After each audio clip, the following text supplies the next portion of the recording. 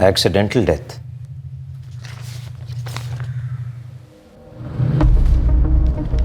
मुझे नहीं लगता ये एक्सीडेंटल डेथ का केस है।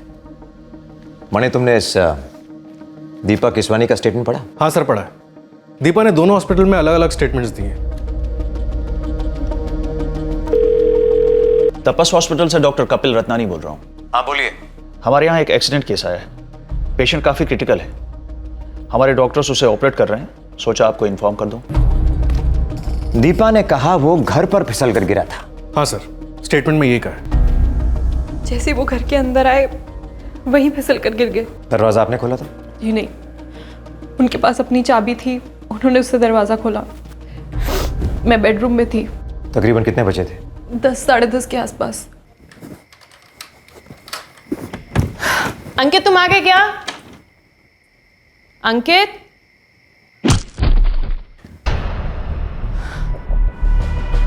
अंकित,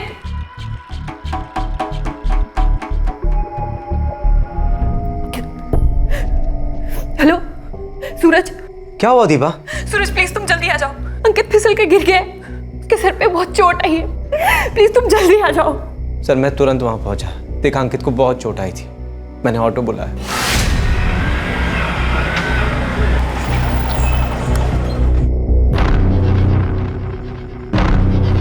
हम अंकित को अपने एरिया के क्लिनिक ले गए सर। डॉक्टर ने कहा बहुत गहरी चोट है, एडमिट करना पड़ेगा। मैं एक एम्बुलेंस ड्राइवर को जानता हूँ, दोस्त है।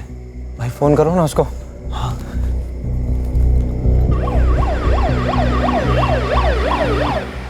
जैसे ही हम लोग यहाँ तपस हॉस्पिटल में पहुंचे, डॉक्टर्स ने कहा ऑपरेशन करना पड़ेगा, मामला बहुत सीरियस है।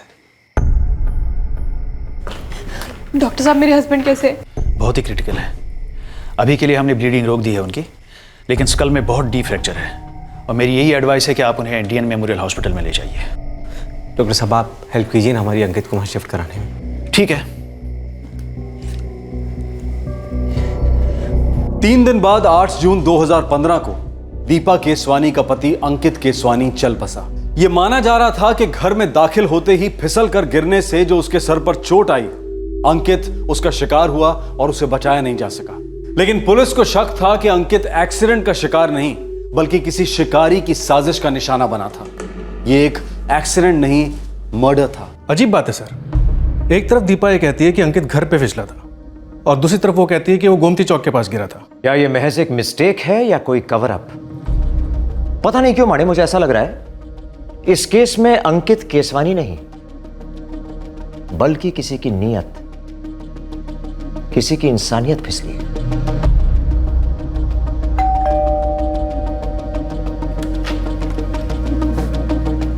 जी, हमें दीपा केसवानी से मिलना है। वो बात करने की हालत में नहीं है। सिर्फ एक स्टेटमेंट लेना है, ज्यादा तकलीफ नहीं पहुंचेगी उन्हें। वहां गिरे थे अंकित। मैं रूम से बाहर आई और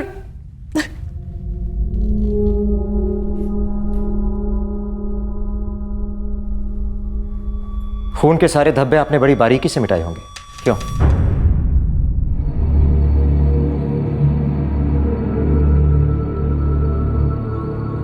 वो क्या है ना मिसेस केसवानी, हम पुलिस वाले खून पर इतनी आसानी से नहीं फिसलते।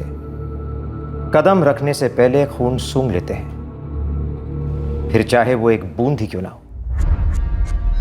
अभी मेरे पति की मौत हुई है।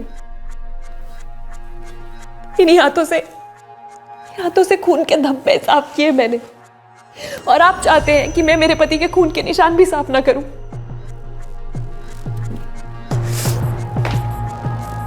सफाई तो बहुत हुई है, इस घर में सारा खून मिटा दिया और गोमती चौक में सारे धब्बे मिटा दिए। कहां? डीएन मेमोरियल हॉस्पिटल में दिए गए स्टेटमेंट में आपने तो कहा था आपके हस्बैंड अंकित केसवानी गोमती चौक में फिसल कर गिरे थे। मेरे पति गोमती चौक में फिसल कर गिर गए, उन्हें बहुत गहरी चोट आई है। मैम एक सेकंड का सवाल है। विरार पुलिस ने केस दर्ज कर लिया है एक्सीडेंट का, आप प्लीज उनको जल्दी से एडमिट कर लीजिए। मैं हमारे रेसिडेंट डॉक्टर ऑन कॉल को इन्फॉर्म कर देती हूँ। आप मुझे तपस हॉस्पिटल के पेपर्स दे दीजिए प्लीज। मैंने गोमती चौक कहा, शायद हड़बड़ाहट में कह दिया होगा, पर अंकित यहीं गिरे थे। शायद जल्दबाजी में मुंह से निकल गया होगा। जल्दबाजी किसी से भी हो सकती है। खुद को देख लीजिए। आपके हस्बैंड की मौत डीएन मेमोरियल हॉस्पिटल में हुई थी। आपका घर यहां विरार में है, मगर देखिए जल्दबाजी में आप उनकी बॉडी यहां लाना भूल गई। वहां हॉस्पिटल के सामने उनका अंतिम संस्कार कर डाला। मैंने आपसे कहा ना सर कि मैं शॉक में थी। मुझे यकीन ही नहीं हो रहा था कि मेरे पति मुझे छोड़कर चले गए। हमारी शादी को 8 महीने भी नहीं हुए थे और उनके मरने के 3 घंटे के अंदर आपने उनका क्रियाक्रम कर डाला। आप समझ नहीं रहे हैं सर। अंकित की मम्मी यानी कि मेरी सासू माँ, उनकी डेथ 31 मई को हुई थी, जिन्हें मरे हुए 10 दिन भी नहीं हुए थे। अगर हम अंकित की बॉडी को घर ले आते, सूतक लग जाता, समझे आप?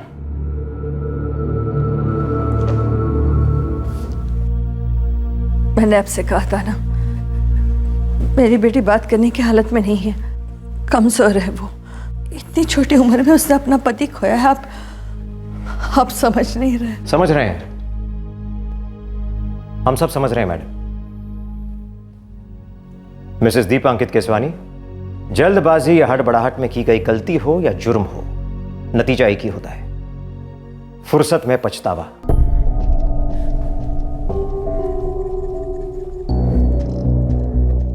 सर मैं तो वहां से तभी चला गया था जब दीपा की मदर कविता आंटी और दीपा का भाई चेतन वहां पहुंचे।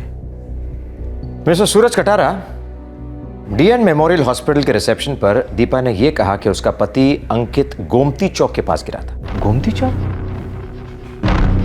ऐसा कैसे हो सकता? तो मेरे सामने तो नहीं बोला उसने कभी ऐसा। सर अगर ऐसा कुछ बोला भी होगा तो मेरे ख्याल से मुंह से हड़बड़ाहट में निकल गया होगा उसके। सबसे पहले उसने तुम्हें फोन किया जब उसका पति बेहोश हुआ? हाँ सर। सबसे पहले उसने तुम्हें क्यों फोन किया? सर दीपा मेरी अच्छी दोस्त है और अंकित भी मेरा अच्छा दोस्त था। और ये अच्छी दोस्ती शुरू कब से हुई? कॉलेज, यहीं विरार में सर, हम कॉलेज में साथ पढ़ते थे। तो फिर तुम दीपा को काफी करीब से जानते होंगे। जी हाँ सर। तो मुझे यह बताइए मिस्टर सूरज कटारा कि दीपा की यह जल्दबाजी में फैसला लेने की आदत पहले से है या पति को गुजरे हुए 3 घंटे नहीं हुए अंतिम संस्कार भी कर डाला? देखिए सर, दीपा आपको ये बात पहले भी बता चुकी है और मैं एक बार फिर से बताना चाहता हूँ। सर अंकित की रिश्तेदारी में उसका कोई नहीं था, सिर्फ उसकी माँ के अलावा, जो कि 31 मई को गुजर गई थी। हॉस्पिटल से बॉडी घर ले जाते तो वही सूतक उतक का चक्कर रहता, इसलिए हॉस्पिटल के पास ही अंतिम संस्कार करना पड़ा हमें। पर सर आप सवाल तो ऐसे पूछ रहे हैं जैसे आप हम पर शक कर रहे हैं। शक तो है मिस्टर कटारा, और सिर्फ शक नहीं, अब हमें पूरा पूरा यकीन हो रहा है कि इस केस में कोई एक्सीडेंट नहीं हुआ था। एक्सीडेंट नहीं हुआ? तो क्या हुआ सर? वो तो हम पता करेंगे, और अगर हमें पता चला कि तुम्हें कुछ पता था और तुमने हमसे छुपाया तो हमारा डंडा फिसलेगा और सीधा तुम्हारे सर पर गिरेगा। सर देखिए, दीपा मेरी अच्छी दोस्त है, उसने मुझे फ़ोन किया, मदद के लिए पुकारा तो मैं वहाँ चला गया। मुझे जो जो मालूम था मैंने आपको साफ साफ बता दिया है सर, इसके अलावा मैं कुछ नहीं जानता।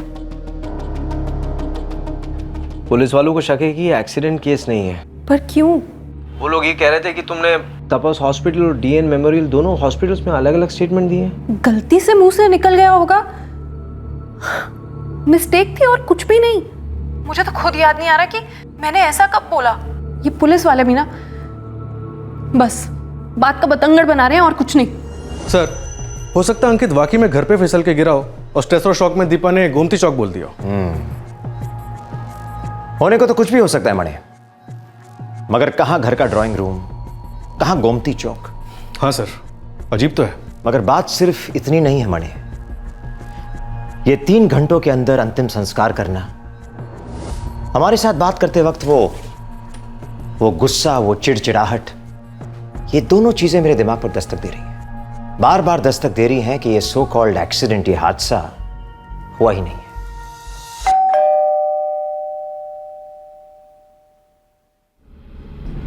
हाँ मुकेश। बलदेव पाजी, वो बंदा अंकित टपक गया है। हाँ सुना, एक्सीडेंट केस दर्ज हो गया, तो फिर कोई टेंशन नहीं। ठीक है, लेकिन फिर भी मैं निकल ले रहा हूँ अपनी सेफ्टी के लिए। अब आप देख लेना क्या करना क्या नहीं। ठीक है, निकल।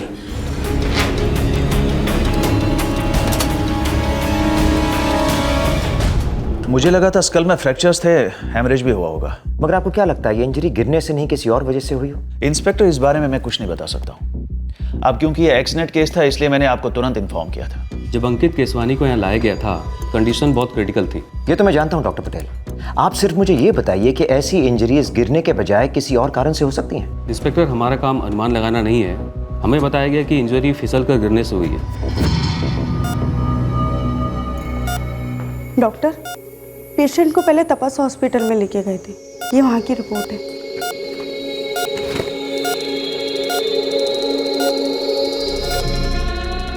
स्कल में काफ़ी फ्रैक्चर है, काफ़ी गहरा कंकशन भी है। 3 दिन बाद ही हेमोरेज की वजह से पेशेंट की डेथ हुई। डॉक्टर पटेल, मुझे शक है कि ये इंजरी फिसलकर गिरने से नहीं हुई है, जैसे कि पेशेंट की बीवी ने बताया। आई एम सॉरी इंस्पेक्टर, मैं आपके शक को सही साबित कर सकता हूँ ना गलत। सर, माने दीपा, सूरज दोनों के फोन रिकॉर्ड्स निकलवाओ और अंकित के भी।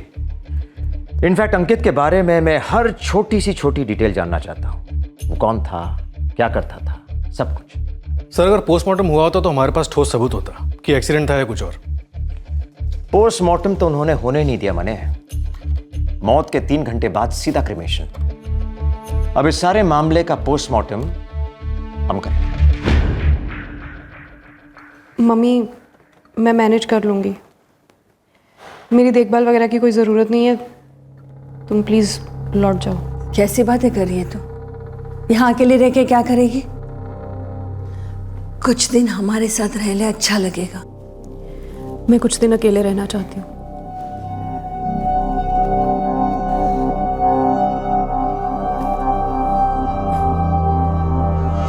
एक बात बता, तेरे और अंकित के बीच में सब कुछ सही तो था ना?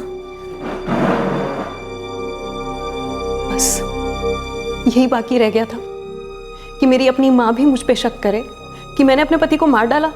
कैसी बातें कर रही है तू? पागल हो गई है? मैंने तो बस यूं ही पूछ लिया था, तेरी फिक्र हो रही थी ना, इसलिए। सर, अंकित केसवानी हमारी कंपनी में सेल्स में था, हम लोग मोटर पंप्स के डीलर हैं सर। आप अंकित और दीपा केसवानी को कितना जानते थे? अच्छे से जानता हूँ सर। क्या उन दोनों के बीच कभी कोई प्रॉब्लम थी? प्यार था सर।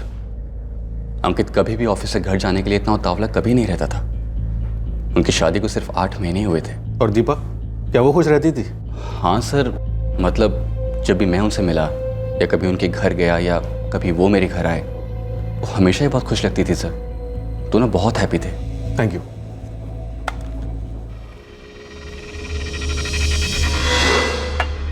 तुझे पता भी है क्या बोल रहा है तू?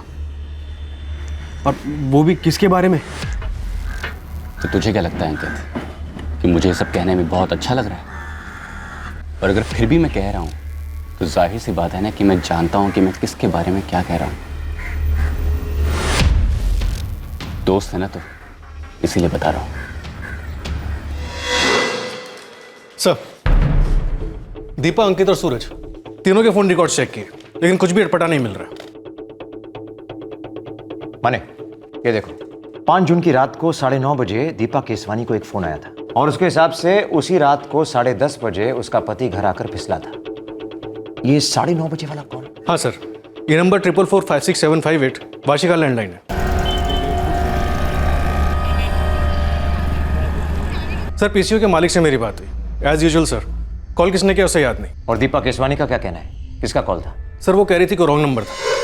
9:30 बजे 5 जून को शायद से कोई रॉन्ग नंबर रहा होगा। हाँ, याद आया, रॉन्ग नंबर ही था। श्योर दीपा जी? आप लोग इंसान को मशीन समझते हो क्या? उस रात मेरे पति बहुत बुरी तरह से जख्मी हुए, 3 दिन के बाद उनकी डेथ हो गई, और आप चाहते हैं कि मैं कोई टुच्चा सा रॉन्ग नंबर याद रखूं? मुझे तो ये समझ में नहीं आ रहा कि मुझे हैरेस क्यों किया जा रहा है। कुछ ज्यादा जल्दी ही चिढ़ जाती हैं ये मिसेज दीपा केसवानी। कोई तो वजह होगी इस चिड़चिड़ाहट की। जी सर। सर, मैंने सूरज के फोन रिकॉर्ड्स भी चेक किए थे। दीपा ने 10:35 पर उसे फोन किया था। दीपा और सूरज ने खुद ही कहा है। हेलो सूरज। क्या हुआ दीपा? सर, पता नहीं क्यों इन फोन रिकॉर्ड्स में और हमारी इन्वेस्टिगेशन के एंगल में मुझे कोई मतलब नहीं लग रहा। और मुझे कुछ और ही मतलब लग रहा है माने। देखो माने, हम तुम्हारी फीलिंग्स के साथ चल सकते हैं और केस क्लोज कर सकते हैं, या फिर मेरी फीलिंग्स के साथ चलें तो शायद कुछ निकल सकता है, और नहीं भी निकला तो हमने कुछ नया सीख लिया होगा इंसानों इन्वेस्टिगेशन दोनों के बारे में। बिल्कुल सर। मणे, इस सूरज का पूरा बैकग्राउंड निकलवाओ। वो और दीपा कॉलेज के दोस्त थे, और उस ऑटो रिक्शा वाले को ट्रेस करो जिसने सूरज दीपा की मदद की थी अंकित केसवानी को लोकल क्लिनिक तक पहुंचाने। सर। साहब, सूरज कटारी की पूरी हिस्ट्री कल तक आपके हथेली में होगी साहब। लेकिन ये ऑटो वाला। हाँ, वो ऑटो वाला जो उस रात उन्हें क्लिनिक में लेकर गया था। साहब, अब बोले तो विरार में कितने सारे ऑटो चलते हैं ना। हाँ, तो तेरा दिमाग भी कौन सा किसी ऑटो से कम चलता है गोविंद, इसीलिए काम तुझे दे रहा हूँ। आपने चने के झाड़ पे चढ़ा ही दिया है तो आपकी हथेली में मूंगफली थोड़े ना रखूंगा। पुलिस दीपा केसवानी के पीछे हाथ धोकर पड़ गई क्योंकि उनके शक की बुनियाद काफी मजबूत थी। 2 स्टेटमेंट्स में एक्सीडेंट के अलग अलग ठिकाने बताए गए और लाश का क्रियाक्रम कुछ ज्यादा ही जल्दबाजी में किया गया, लेकिन पुलिस के हाथ कोई ऐसा ठोस सबूत नहीं लग रहा था जिसकी वजह से उनका शक यकीन में बदल जाता। लेकिन जैसे जैसे इन्वेस्टिगेशन आगे बढ़ती जा रही थी वैसे वैसे पीछे हुए किस्से और वारदातों की कड़ियां एक दूसरे के साथ जुड़ना शुरू हो गई थी। हमारा शक गहरा होता जा रहा है सूरज कि अंकित केसवानी को गिरकर चोट नहीं आई बल्कि कातिलाना वार किया गया उस पर, और हमें लगता है कि वार तुमने किया। नहीं सर, ये बात सच नहीं है। मैंने अंकित पे कोई वार नहीं किया। ठीक है, करवाया किसी से। तुमने और दीपा ने मिलकर सुपारी दी किसी को? आखिर साजिश क्या है, बताओ हमें। सर, कोई साजिश नहीं है। जो मैंने आपसे पहले कहा था वही बात है। सर, दीपा मेरी एक अच्छी दोस्त है तो उसने मुझे फ़ोन किया। उसने बताया कि अंकित घर में फिसलकर गिर गया है, उसको बहुत चोट लगी है, उसके सिर से खून निकल रहा है, तो प्लीज़ जल्दी आ जाओ। तो मैं चला गया सर। यही सच है सर। कॉलेज की फ्रेंडशिप है तुम दोनों की। ये बात मैं आपको पहले भी बता चुका हूँ सर। मगर ये नहीं बताया कि तुम दोनों सिर्फ दोस्त नहीं थे, अच्छा खासा अफेयर था तुम्हारा। तुम दीपा के साथ शादी करना चाहते थे ना? रिक्शा वाले पे स्पॉट लगाया हुआ है साहब, जल्दी आएगा वो अपने रडार में। लेकिन सूरज कटारे अपने रडार में फंस चुका है साहब, और आपके लिए खुशखबरी भी है। हाँ, तो बता ना। साहब, वो कंप्यूटर का प्रोग्राम विग्राम होता है ना, उसका सेल्समैन है ये सूरज कटारे, और इधर ही विरार में उसके बापू का एक हार्डवेयर की दुकान है, और इसका बड़ा भाई हाट बताता है उसके बापू को। खुशखबरी क्या है? खुशखबरी ये है सर जी कि सूरज और दीपा का सॉलिड कहानी था इस कॉलेज में। फिर दीपा की शादी हुई अंकित से? वो तो बाद में हुई सर जी। पहले सूरज की शादी हुई चट शादी पट्टलाल, बाद में दीपा की शादी हुई उस अंकित केसवानी के साथ 8 महीने पहले। ये दीपा और सूरज का अफेयर क्यों टूटा था, और सूरज की शादी क्यों टूटी थी? अब साहब, मोटा मोटा जो पता चला वो आपके सामने ताज़ा ताज़ा पेश कर दिया। तूने वाकई में बहुत बड़ी खुशखबरी दी है गोविंद। आगे की स्टोरी ये सूरज ही सुनाएगा हमें। दीपा और तुम गर्लफ्रेंड बॉयफ्रेंड थे, फिर तुम्हारी शादी हो गई, वो शादी टूट गई, फिर दीपा की शादी अंकित से हुई।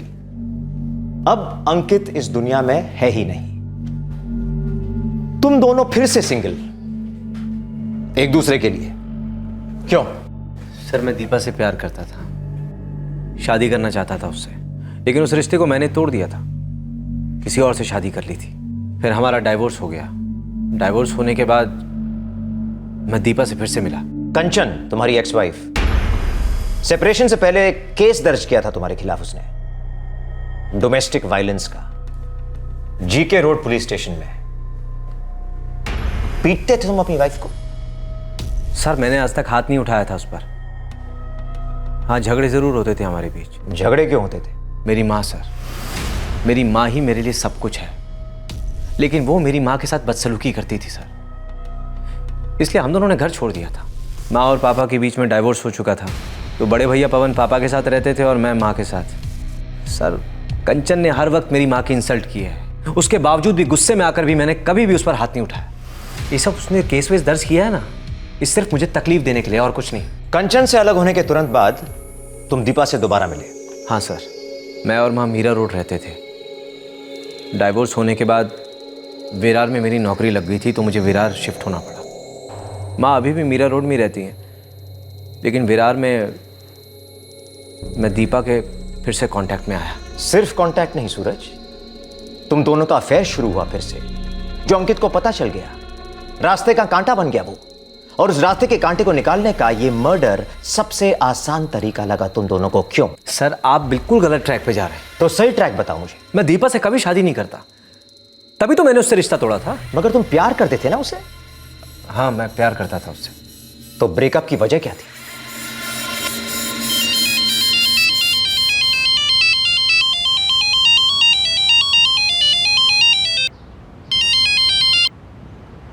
हेलो, हाँ दीपा, हाँ बोलो ना। हाँ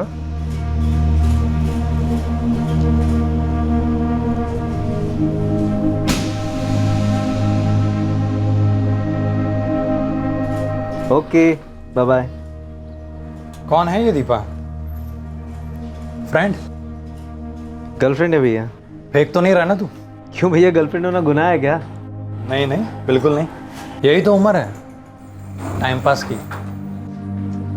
टाइम पास नहीं है भैया, 2 साल हो गए हम लोगों के अफेयर को। इनफैक्ट उसके कॉलेज खत्म होने के बाद हम लोग शादी का सोच रहे हैं। तेरा दिमाग तो खराब नहीं हो गया ना? क्यों भैया, क्या हो गया? तू जानता है इस लड़की को? हाँ भैया, मैंने आपको बताया ना, 2 साल से हम लोगों का अफेयर चल रहा है। बहुत अच्छी तरह जानता हूँ दीपा को। पूरा नाम दीपा चड्डा, राइट? और नंबर है उसका 4448986767। अब पूछ मुझे, मैं कैसे जानता हूँ? कैसे जानते हैं आप? अभी तक तो नहीं जानता हूँ, लेकिन अगर जानना चाहूँ ना तो वो खुद सामने से आ जाएगी, सिर्फ एक फ़ोन करने पे। कैसे बकवास करें भैया आप? बकवास नहीं कर रहा हूँ मैं। देखना है तुझे? ये देख।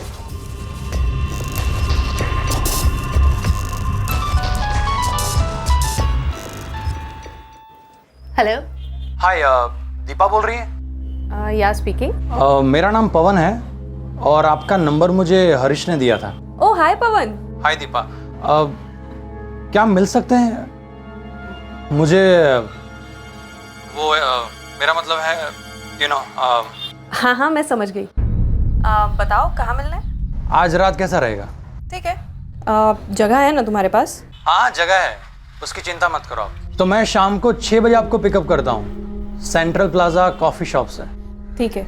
हाँ, हरीश ने सब बताया ना, मेरा रेट और कितना एडवांस और बाकी सब भी? हाँ बिल्कुल, तभी तो मैंने आपको कॉल किया।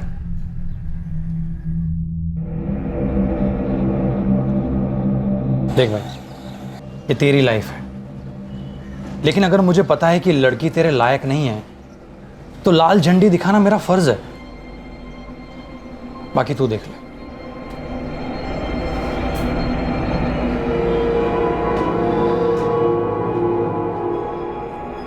सूरज, माइंड मत करना, लेकिन अभी मुझे जाना पड़ेगा। 6 बजे एक अर्जेंट काम है। ऐसी कौन सी अर्जेंट मीटिंग आ गई दीपा? कुछ नहीं, माँ को डॉक्टर के पास लेके जाना है। 6:05 हो गए, मैं निकलती। बैठो दीपा, वो फोन नहीं करेगा। क्या? कौन फोन नहीं करेगा सूरज? छोड़ो ये सब बातें, बैठो ना, मुझे तुमसे कुछ ज़रूरी बात करनी है। दीपा, मुझे नहीं लगता कि हमारे रिलेशनशिप का कोई फ्यूचर है। आज अचानक ऐसी बात? दीपा, मुझे नहीं लगता कि हमारा रिलेशन तुम्हारे लिए कोई मायने रखता है या कोई मतलब रखता है। तुम बात को गोलमोल क्यों घुमा रहे हो? सिंपल बात है तो सिंपल तरीके से बताओ ना। एक शब्द में बोलूं, पवन। तुम्हें कैसे पता?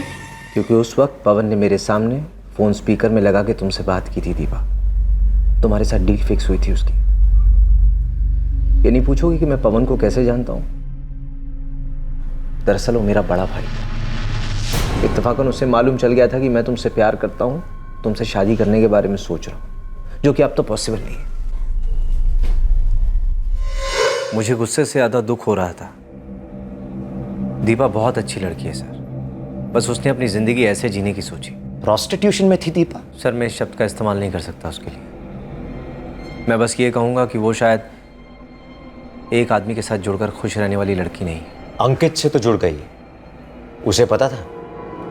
मुझे नहीं पता सर, मैं बस इतना जानता हूँ जब मैं दीपा से दोबारा मिला तो उसकी शादी हो चुकी थी अंकित के साथ, और वो लोग मुझे काफ़ी खुश दिखे। Cheers। फिर मेरी अंकित से दोस्ती भी हो गई। क्या बातें चल रही हैं? तुमने मेरा ड्रिंक नहीं बनाया सूरज? अरे वो मैं, तुम्हें क्या लगा शादी हो गई तो मैं बहुत गुड गर्ल हो गई हूँ?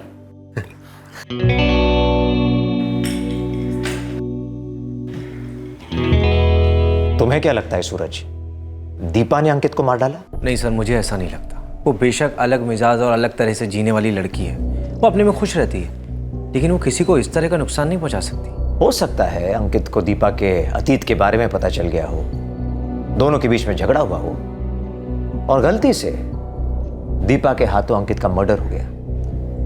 मुझे चांस कम लग रहा है सर, फिर भी मैं ये बात दावे से नहीं कह सकता।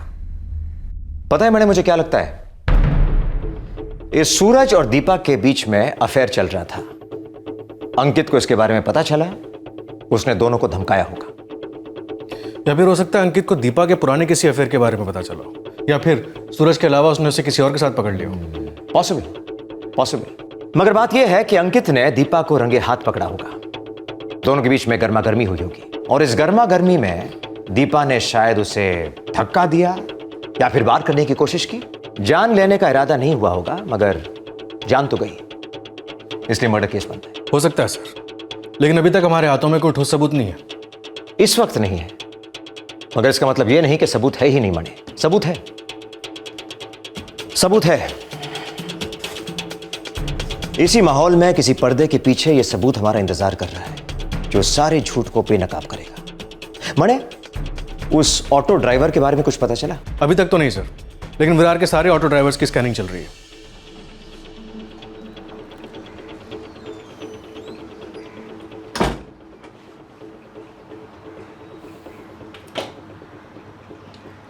सच बोलना चाहिए था। क्या मतलब है तुम्हारा? दीपा, पुलिस ने झूठ तो पकड़ ही लिया है ना। ना झूठ पकड़ा जाता ना हम पकड़े जाते।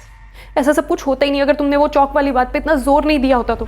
देखो, अगर वो लोग पूछे तो उनसे कहना कि घर लौटते वक्त अंकित का पैर फिसल गया था गोमती चौक में, ठीक है? क्यों? अरे क्योंकि उस वक्त तुम और अंकित घर पे अकेले थे, सारा शक तुम पे जाएगा। उन्होंने उस एक स्टेटमेंट की बाल की खाल निकाल दी, फंसा दिया हमें। दीपा, जितना टेंशन में तुम थी उतना ही मैं भी था, लेकिन ये सब तुम्हें तुम्हारे घर पे होने ही नहीं देना चाहिए था। तुम्हें ये चौक वाली बात तपस हॉस्पिटल में क्यों नहीं याद आई? अरे मुझे क्या मालूम था कि तुम वहां जाके ये बोल दोगी कि ये सब घर पर ही हुआ। देखो सूरज, जो हो गया सो हो गया। अब प्लीज अपने मुंह से ऐसी कोई बात मत निकालना या ऐसा कुछ मत करना जिससे बात और बिगड़ जाए।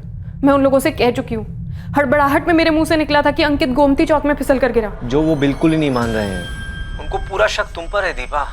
जिस तरह से अंकित का अंतिम संस्कार किया गया ना जल्दबाजी में, उससे उनका शक और बढ़ गया है।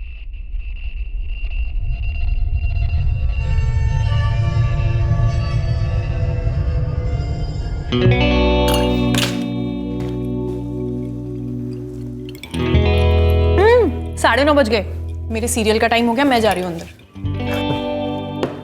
दीपा भी ना टीवी एडिक्ट। तुम्हें तो उसके फेवरेट सीरियल्स भी मालूम होगी नहीं? काफी पुरानी दोस्ती है तुम दोनों की। हाँ, दोस्ती है, लेकिन उसके टीवी सीरियल फेवरेट कौन से नहीं जानता मैं।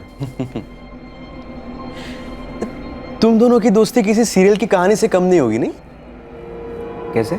मतलब दोस्त प्रेमी बनते हैं, फिर तुम्हारा ब्रेकअप होता है, बाद में तुम्हारी शादी होती है, लेकिन उसके बाद तुम्हारा डिवोर्स होता है। और जब तुम लौटते हो तो देखते हो कि दीपा की शादी ऑलरेडी हो चुकी है। फिर तुम बहुत अच्छे दोस्त बनते हो और फिर कुछ नहीं अंकित, हम लोग सिर्फ दोस्त बनते हैं, सिर्फ दोस्त। देखो अंकित, जो बीत गया वो कल था, और बीता हुआ हमेशा दफनाया जाता है। इस वक्त दीपा के दिल में अगर कुछ जिंदा है तो वो तुम्हारे लिए प्यार है और कुछ नहीं। हर दिल के 4 खाने होते हैं, और तुम्हारी खास दोस्त दीपा का दिल 4 अलग अलग लोगों के लिए धड़कता है, कम से कम 4। इसीलिए तुमने ब्रेकअप किया ना। तुम्हें दीपा की असलियत पता चला कि वो एक आदमी के साथ खुश नहीं रह सकती, और तुमने रिश्ता तोड़ दिया।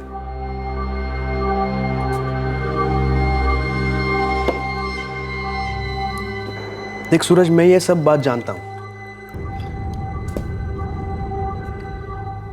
लेकिन इस सब के बावजूद मैं उससे बहुत प्यार करता हूं। लेकिन तू ये सब जानकर उससे प्यार नहीं कर सका। तेरा प्यार शायद मेरे प्यार से ज्यादा गहरा है, और तेरा दिल भी मुझसे बड़ा है। उतना भी बड़ा नहीं है मेरे दोस्त। कई बार दिल की बात जुबान पर दम तोड़ती है, जी करता है उसे सब बोल दूं, तू जो कर रही है वो सही नहीं गलत है। दर्द होता है यार, मैं इंसान हूं, पत्थर नहीं। तुझे पता भी है क्या बोल रहा है तू? और वो भी किसके बारे में? तो तुझे क्या लगता है अंकित कि मुझे ये सब कहने में बहुत अच्छा लग रहा है? लेकिन तुझे कब से मालूम है? देख यार, तेरी शादी के वक्त मैंने फर्स्ट टाइम दीपा को देखा था, तब मैं ये सब कुछ कह ही नहीं पाया यार। मतलब तू? तेरी शादी से कुछ ही दिनों पहले मैं तेरी बीवी के साथ गया था एक होटल रूम में, लेकिन मुझे लगा कि वो उसका अतीत है यार, शायद वो बदल गई होगी, शादी के बाद अपनी एक नई जिंदगी शुरू करने वाली है, लेकिन क्या? लेकिन वो नहीं बदली है यार। अंकित, दीपा आज भी होटल रूम्स में जाती है और घंटों के हिसाब से चार्ज करती है। बस जब मेरा कलीग अजय कोहली मुझे सब बता रहा था तब मैं कुछ ज्यादा शॉक नहीं हुआ, क्योंकि कुछ और लोगों से भी मुझे ये बात सुनने में आई थी। अच्छा, दीपा जानती है कि तुम उसके बारे में सब जानते हो? देखो, मैं नहीं चाहता कि वो कभी जाने कि ये बात मुझे मालूम है। प्यार करता हूं यार उससे, हद से ज्यादा प्यार। लेकिन अगर ये बात खुल गई ना तो उसकी इज्जत उछलेगी, और मैं नहीं चाहता कि वो मेरे सामने जलील हो। मैंने तुम्हारे साथ ये बात छेड़ी क्योंकि मुझे पता है तुम दोनों की काफी पुरानी दोस्ती है और प्यार भी था कभी। हम दोनों के बीच में सिर्फ दोस्ती थी और दोस्ती है, ये बात मैं तुझसे पहले भी कह चुका हूं यार। दोस्ती से बड़ा कोई रिश्ता नहीं है सूरज, बड़ी ताकत है दोस्ती में। इसीलिए क्या तुम मुझ पर एक मेहरबानी कर सकते हो? तो जो बोलेगा वो करूंगा। बस जैसे भी हो तुम दीपा को इस लत से छुड़वाओ। बस उसे टीवी का नहीं, मर्दों का एडिक्शन है, और सिर्फ तुम ही उसे इस एडिक्शन से दूर करवा सकते हो। Can you help me please?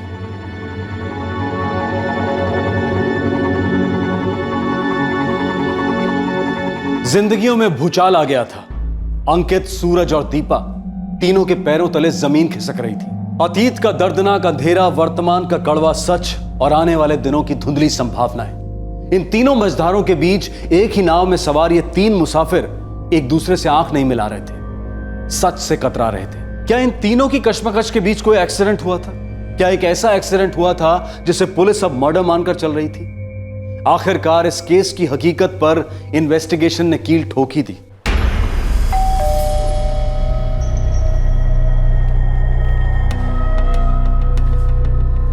आप क्यों आए हैं आप यहाँ? वक्त आ गया है पर्दा गिराने का। आप लोग इतने जालिम क्यों हैं? किसी इंसान को शांति से शोक तक मनाने नहीं देते। मैंने अपना पति खोया है। खोना क्या होता है जानते हैं आप? जानते हैं हम, खोना जानते हैं, पाना जानते हैं, और किसी को जानबूझकर दूर भेजना भी जानते हैं, इतनी दूर कि वो वापस लौटकर आ ही ना पाए। देखिए मिसेस केसवानी, जब एक जुर्म होता है ना, तो मुजरिम के जो करीबी होते हैं वो एक झूठ छिपाने के लिए लाख झूठ बोलने को तैयार होते हैं और बोल भी देते हैं, मगर अजनबियों पे दोस्ती का ऐसा कोई बोझ नहीं होता। वो हमेशा सच बोलते हैं। सर जी, वो कॉलेज में होता है ना, पढ़ाई के बाद और पढ़ाई, PhD वेचडी। अपनी तो विरार में ऑटो रिक्शा वालों पर PhD हो गई। पास हुआ? First class first. ऑटो वाले की यूनियन, उसका अड्डा, ऑटो वाले की चौलें, सब छान मारा, तब जाकर आपका आदमी हाथ लगा है। नाम है कैलाश पाटिल। कहाँ मिलेगा? कहीं ढूंढने की जरूरत नहीं है सर जी, आपके लिए लेकर आया हूँ। यहीं मेरे बगल में खड़ा है। मुझे वो मेरे बगल में चाहिए, या थाने में, अभी के अभी। 5 जून की रात को तुम अपनी ऑटो में एक घायल आदमी को पुष्कर क्लिनिक ले गए थे। हाँ साहब, एक मैडम थी और उसके साथ दूसरा वो साहब था, और एक आदमी बेहोश पड़ा था साहब। वो मैडम जो थी उस घायल आदमी की पत्नी थी। उसका कहना है कि उसका पति घर पर फिसलकर गिर गया, उसके सर पर चोट आई, वो मर गया। हमारा सोचना है वो झूठ बोल रही है, ये मर्डर केस है। साहब बच्चे की कसम खा के कह रहे साहब, मेरा इसमें कुछ नहीं था साहब।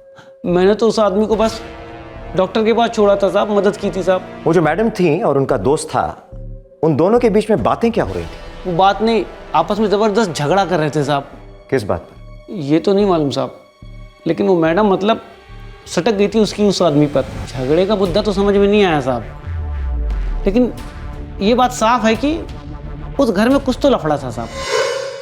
उस रिक्शे वाले का ना तो कोई स्वार्थ है, ना फायदा, ना मतलब, इसलिए उसके झूठ बोलने का 0 चांस है। मिसेस दीपा केसवानी, ये सब किया कराया आपका है और ये सारा अरेंजमेंट आप ही के घर हुआ था। उस ऑटो वाले ने कुछ कह दिया और आपने मान लिया? किस अरेंजमेंट की बात कर रहे हैं आप? उस अरेंजमेंट का नाम है बलदेव आहूजा। ताज्जुब हो रहा है ना आपको? इतना बड़ा राज हमें कैसे पता चल गया? मगर यह भी एक राज है जो मुजरिम को जेल जाकर समझ में आता है। जी हाँ मैडम, जेल आपका इंतजार कर रहा है, वहां आपको सब कुछ समझ में आ जाएगा।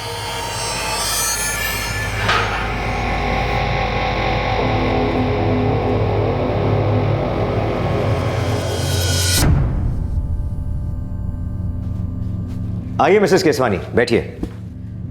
वैसे मिस्टर बलदेव आहूजा हमारे दूसरे मेहमान खाने में है, अच्छी खासी खातिरदारी की जा रही है उनकी। बैठिए।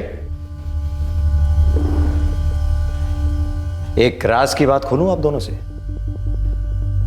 वैसे इस केस की सारी कड़ियां हमने तकरीबन पहले ही जोड़ ली थी, बस एक कड़ी बाकी थी आपकी। थोड़ा मुश्किल पड़ रहा था क्योंकि आप शुरुआत से ही अबला होने की एक्टिंग कर रही थी, मासूम बनने के दावे कर रही थी। मगर सच ये है मिसेस केसवानी कि हमने आपके हर दावे पर गिरे पर्दे को ना सिर्फ उठाया है बल्कि उसके चिथड़े उड़ा दिए हैं।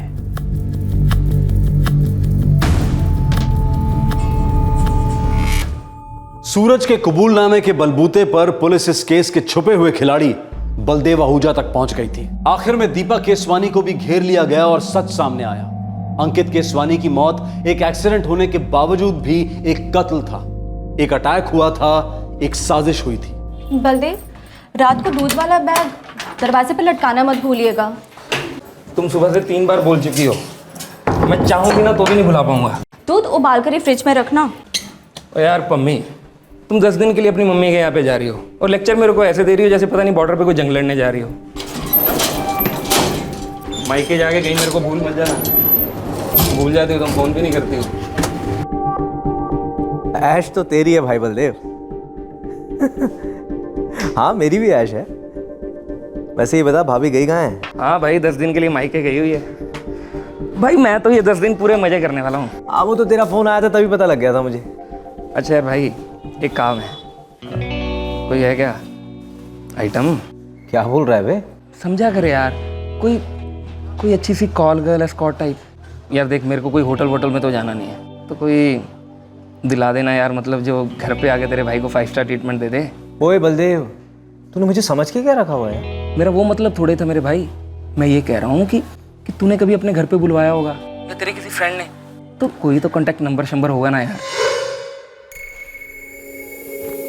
कितनी अजीब बात है ना। तुम्हारा पति अंकित तुम्हारे बेस्ट फ्रेंड सूरज से रिक्वेस्ट करता है, मैं अपनी बीवी से बहुत प्यार करता हूं, उसे समझाओ जरा, वो गैर मर्दों के साथ न जाए। और तुम्हारा बेस्ट फ्रेंड सूरज क्या करता है? अंकित की मदद करने के बजाय वो तुम्हारी मदद करता है, नए कस्टमर्स ढूंढने के लिए। मतलब भरोसा, इंसानियत, जुबान, इन सब चीजों की कोई अहमियत ही नहीं रही दुनिया में।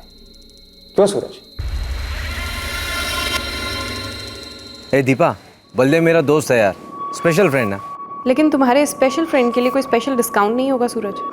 उसको बता देना फुल कैश एडवांस में। पैसे की टेंशन मत ले, एकदम मालदार पार्टी है। एक्चुअली उसकी वाइफ गई हुई है कुछ दिन के लिए घर से बाहर, तो बलदेव साहब थोड़ी सी ऐश करना चाहते हैं। ठीक है, तो उसका नंबर मुझे SMS कर दो। मैं देखती हूँ कि तुम्हारे स्पेशल फ्रेंड को कब और कितनी मस्ती मारनी है। Yes darling, when you come, I ready any time. आज रात फ्री हूँ, लेकिन पूरा एडवांस रहेगा। सूरज ने बताया तो होगा ना? अरे एडवांस की क्या बात कर रही हो डार्लिंग, तू बस आज रात मेरे को खुश कर दे, तेरे को 10 दिन का एडवांस आज ही दे दूंगा। Okay baby. अंकित, मैं आज रात को अपनी फ्रेंड के यहाँ जा रही हूँ। एक्चुअली उसकी थोड़ी क्राइसिस चल रही है। सुबह 7 साढ़े 7 बजे तक आ जाऊंगी। ओके?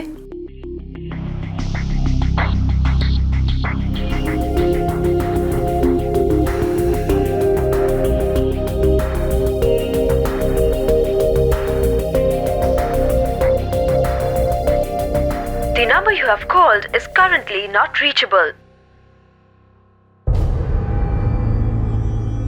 नहीं आई मतलब? नहीं यार, कोई इशू होगा। वैसे बहुत प्रोफेशनल लड़की हो। अबे काहे की प्रोफेशनल पे? 9:30 बजे आने वाली थी, 11:30 बजने वाले हैं। अरे यार मैं ड्रिंक पे ड्रिंक पिए जा रहा हूँ और मैडम ने अपना फ़ोन स्विच ऑफ करके रखा हुआ है। देख यार बलदेव, अब मैं कुछ नहीं कर सकता। मैंने तुम लोगों को मिलवाया, तुम लोगों की बात हुई, अब तुम लोगों के बीच में जो कुछ भी है, प्लीज़ यार बलदेव उसमें मुझे इन्वॉल्व मत कर। तो अब सारी रात अकेले कैसे घसीटूं?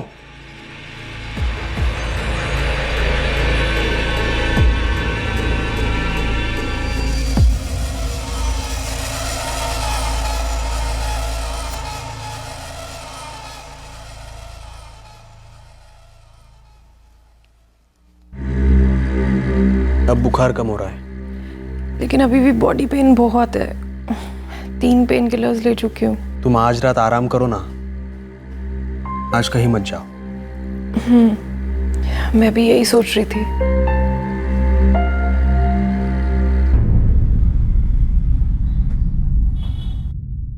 हेलो दीपा, क्या बकवास है ये?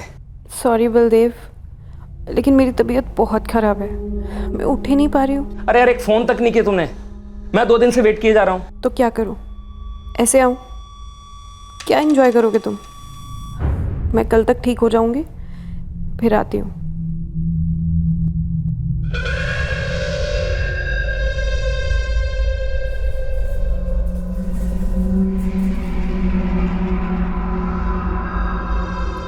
अरे यार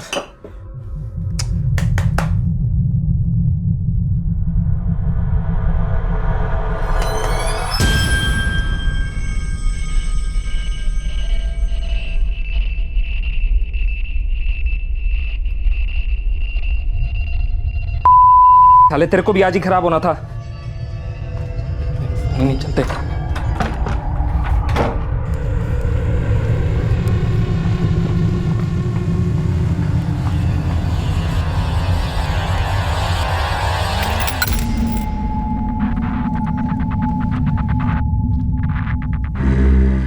आराम से खाओ।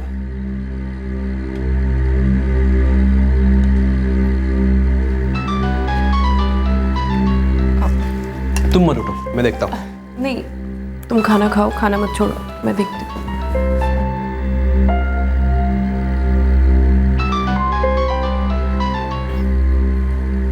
हेलो दीपा। कौन? दीपा, बलदेव बोल रहा हूँ। हाँ हाँ बलदेव, बोलो। तू आने वाली थी ना? मेरी तबीयत ठीक नहीं है, मैं अभी नहीं आ सकती। हद है यार, रोज सेम बहाना। मैं कोई बहाना नहीं बना रही हूँ, मेरी तबीयत सच में खराब है, मैं अभी नहीं आ सकती। भी मारा है तू साली किसी ने 4 पैसे ज्यादा दे दिए होंगे, बस तू चली गई उसके साथ। देख, उसको छोड़ के अभी के अभी मेरे घर पे आ जा। जितने पैसे तेरे को वो दे रहे ना, उससे कहीं ज्यादा मैं दूंगा तेरे को साली। एक और बार तुमने बदतमीजी से बात की ना। ओके सॉरी डार्लिंग, प्लीज मान जाओ, आ जाओ। टैक्सी भेजूं? तुम्हें एक बार सुनाई नहीं दिया? मैंने कहा मेरी तबीयत ठीक नहीं है, मैं नहीं आ सकती। नहीं का मतलब नहीं। साली कौड़ी। अरे हिम्मत कैसे हुई मुझे गाली देने की? कौन है? वो अंकित, पता नहीं, कोई फोन पे बस गाली दिया जा रहा है। चुटकी में तेरे को तेरे घर से उठा लूंगा, एक चुटकी में। हाँ आजा, एड्रेस है या SMS करूं? कौन है बे? अरे मैं जो भी हूं, तू पहले बता तू कौन है? बड़ा उठवाएगा नाम है, चल बोल कहाँ मिलना है, सामने आ चल। औकात में रह तू, अपने बाप से बात कर रहे तू। अरे सामने तो आ, जो भी है तू, और तू अपनी औकात में रहे। सुन, अगर दांत तोड़ के हाथ में नहीं दिया ना, तो मेरा नाम भी अंकित नहीं। ओ अंकित फंकित जो भी तेरा नाम है, हंसा मत मुझे और चुप करके दीपा से बात करवा। सुन, अगर दोबारा यहाँ पे फोन किया ना, तो ढूंढ कर वहीं गाड़ दूंगा जिंदा। कोई कुत्ता भी नहीं सूंघेगा तेरी कब्र। अबे तुझे प्यार से बोल रहा हूँ, चुपचाप फोन दीपा को दे दे। अब अंकल को सच में गुस्सा आ रहा है। हाँ, मुझे मालूम है गुस्से को कहाँ घुसेड़ना है। अरे सामने तो आजा, गुस्सा तो दूर, रोना तक नहीं आएगा। कुछ अंदर नहीं जाएगा और कुछ बाहर भी नहीं आएगा। चल हट।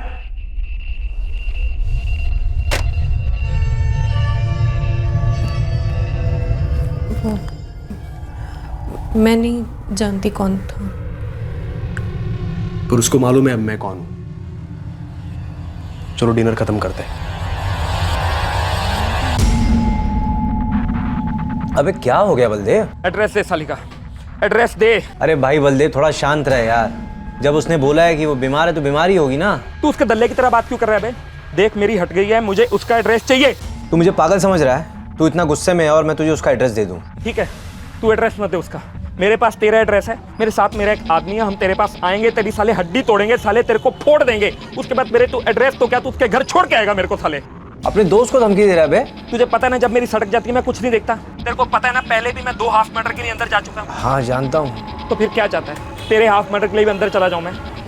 एड्रेस दे रहा है या मैं तेरे घर पे लेने आऊँ?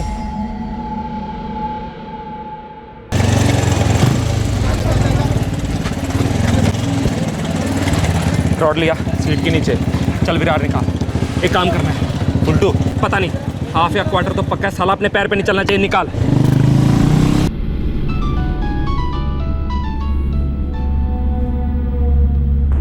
हेलो दीपा, तेरा बलदेव से कोई झगड़ा हुआ क्या? सूरज, वो तुम्हारा दोस्त ना एकदम घटिया है, 3rd क्लास सड़क छाप। उसको समझ में नहीं आता कि मेरी तबीयत खराब है, मैं नहीं आ सकती।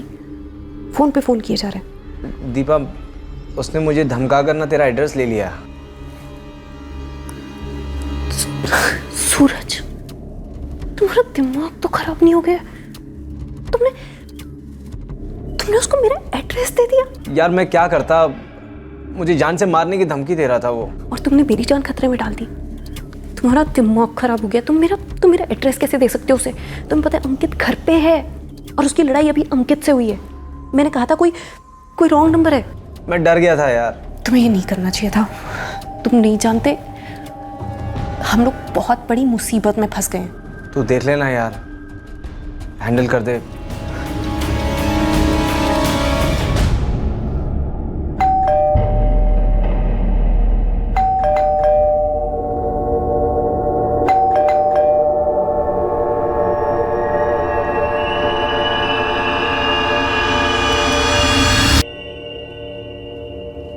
कौन है तू ही था ना बे जो फोन पे धर्मेंद्र बन रहा था?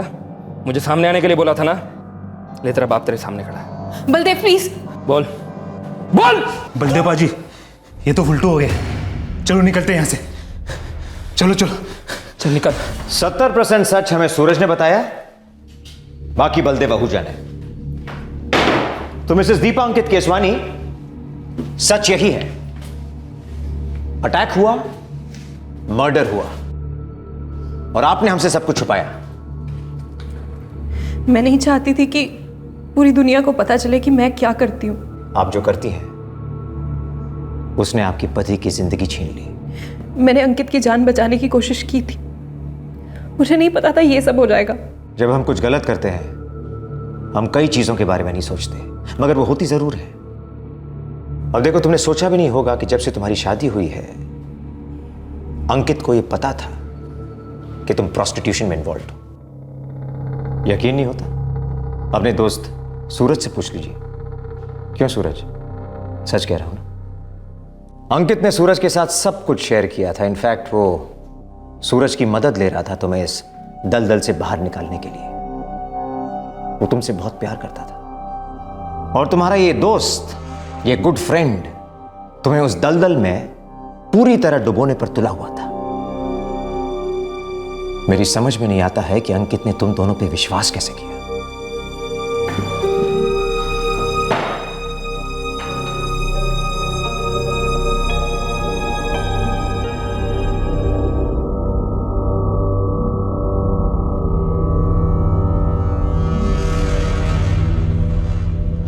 एक बात कहूं, मैं सालों से जानती थी कि तुम अलग अलग मर्दों के साथ घूमती हो। सोचा तुम्हारी फितरत होगी। क्या अच्छा क्या बुरा, तुम बस ऐसे ही हो। पर ये मैंने सपने में भी नहीं सोचा था कि तुम पैसों के लिए अपना जिस्म बेचोगी। मम्मी प्लीज, मैं पहले ही बहुत जलील हो चुकी हूँ, मेहरबानी करके तुम मत शुरू हो जाओ। मैं भी कम जलील नहीं हुई हूँ बेटा।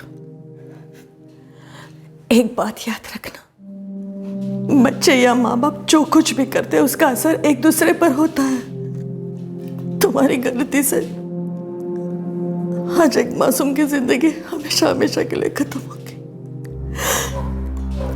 एक ऐसा मासूम जो तुमसे बेहद प्यार करता था, तुम्हारे बारे में सब कुछ जानते हुए तुमसे प्यार करता। वो सब गलती से हुआ, एक एक्सीडेंट था। मैंने कभी किसी का बुरा नहीं चाहा, और अंकित के साथ ऐसा हो ये तो मैंने कभी नहीं चाहा। मैं सिर्फ अपनी जिंदगी अपने तरीके से जीना चाहती थी। मैंने कभी सपने में भी नहीं सोचा था कि ऐसा कुछ हो जाएगा।